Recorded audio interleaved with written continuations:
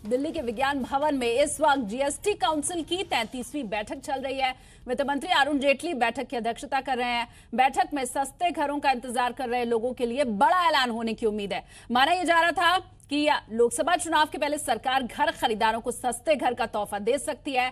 आपको बता दें कि जीएसटी काउंसिल की बैठक में अंडर कंस्ट्रक्शन प्रॉपर्टी पर दरों में कटौती हो सकती है। इसे 12% से घटाकर 5% किया जा सकता है। खबर यह भी है कि मीटिंग में कंपोजिशन स्कीम जैसे स्ट्रक्चर को भी मंजूरी मिल सकती है। और इतना ही नहीं, अफोर्डेबल हाउसिंग पर जीएसटी के लिए कारपेट एरिया के नए फॉर्मूले को भी काउंसिल अपनी मंजूरी दे सकती है। और इसी खबर पर और ज्यादा जानकारी के लिए चलिए रुख कर लेते हैं। मेरे सहयोगी प्रकाश प्रियदर्शी इस वक्त जुड़े हैं। प्रकाश, जीएसटी काउंसिल की इस मीटिंग के बारे में और क्या कुछ अपडेट है आपके पास?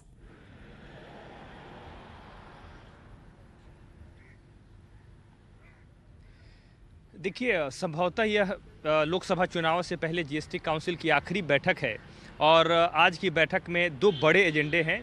सबसे पहला तो ये जिसका जिक्र आपने किया कि आज जो अंडर कंस्ट्रक्शन प्रॉपर्टी है उस पर जीएसटी को कम करने का जो प्रस्ताव है ग्रुप ऑफ मिनिस्टर ने जिसकी सिफारिश की है उस पर मंजूरी मिल सकती है काउंसिल की। और दूसरा लॉटरी है कि आखिर लॉटरी पे कितना जीएसटी हो और स्टेट प्रायोजित जो लॉटरी होता है, स्टेट अधिकृत जो लॉटरी होता है उस पर अलग अलग जीएसटी हो या एक ही जीएसटी हो। इससे जो जुड़े ग्रुप ऑफ मिनिस्टर्स की रिपोर्ट है वो भी जीएसटी काउंसिल के सामने रख दिए गए हैं और इस पर भी आज फैसला हो सकता है। जहाँ तक होम बायर्स का सवाल है तो आज की बैठक से खुशखबरी मिलने की उम्मीद है। जहां तक अंडर कंस्ट्रक्शन प्रॉपर्टी की बात है, कंपोजिशन स्कीम जैसा स्ट्रक्चर पर मंजूरी मिल सकती है जिसमें जो 12% जीएसटी है उसको कम करके 5% जीएसटी करने पर फैसला हो सकता है। हालांकि इनपुट टैक्स क्रेडिट का फायदा जो है वो डेवलपर को नहीं मिलेगा। ये प्रस्ताव ग्रुप ऑफ मिनिस्टर्स ने भी दिए हैं। अफोर्डेबल सेगमेंट की बात है जहां पे इफेक्टिव अगर 8% की जीएसटी है और अगर आप आईटीसी को देखें तो उसके हिसाब से इसमें ये सिफारिश की गई है ग्रुप ऑफ मिनिस्टर की तरफ से कि इसको 8% से कम करके 3% कर दिया जाए और यहाँ भी आईटीसी का फायदा हटा दिया जाए। इससे ये होगा कि अफोर्डेबल हाउसिंग सेगमेंट में होम बायर्स को बड़ी राहत मिलेगी। एक प्रस्ताव ये भी है कि जो कारपेट एरिया का डेफिनेशन है उसको भी बदलाव किया जाए, उसमें बदलाव किया जाए और इसके दायरे को बढ़ाया जाए। इससे ज़्यादा से ज़्यादा लोगों को इसका फायदा होगा।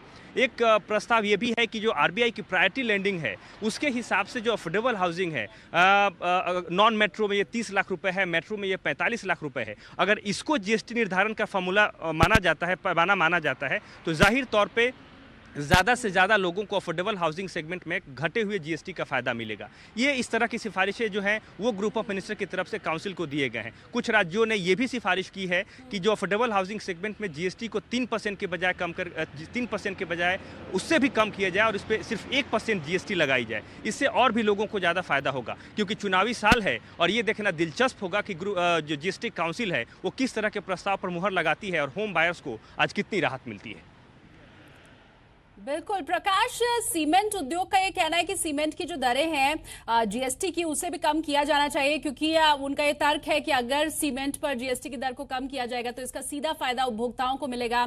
अफोर्डेबल हाउसिंग हो या दूसरी कोई भी स्कीम, क्योंकि घर बनाने में सीमेंट का ही इस्तेमाल होता है, तो सीधा लाभ इसका उपभोक्ताओं को मिलेगा। क्या आज की इस बैठक में कुछ फैसला सामने आ सकता है?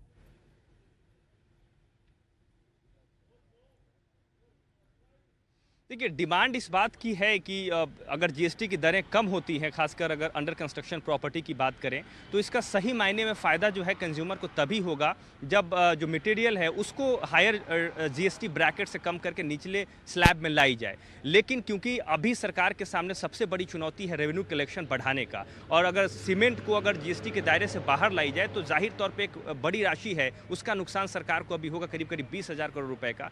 तो जैसा कि हमें सोर्स बता रहे हैं अभी सीमेंट पे फैसला होना मुश्किल है और इस बैठक में, आज की जीएसटी काउंसिल की बैठक में सीमेंट के ऊपर चर्चा नहीं है जैसा कि हमें सोर्स बता रहे हैं और सिर्फ अंडर कंस्ट्रक्शन प्रॉपर्टी पर जीएसटी की रेट कितनी हो, जीएसटी की दर कितनी हो, इस पर फैसला होने की उम्मीद है।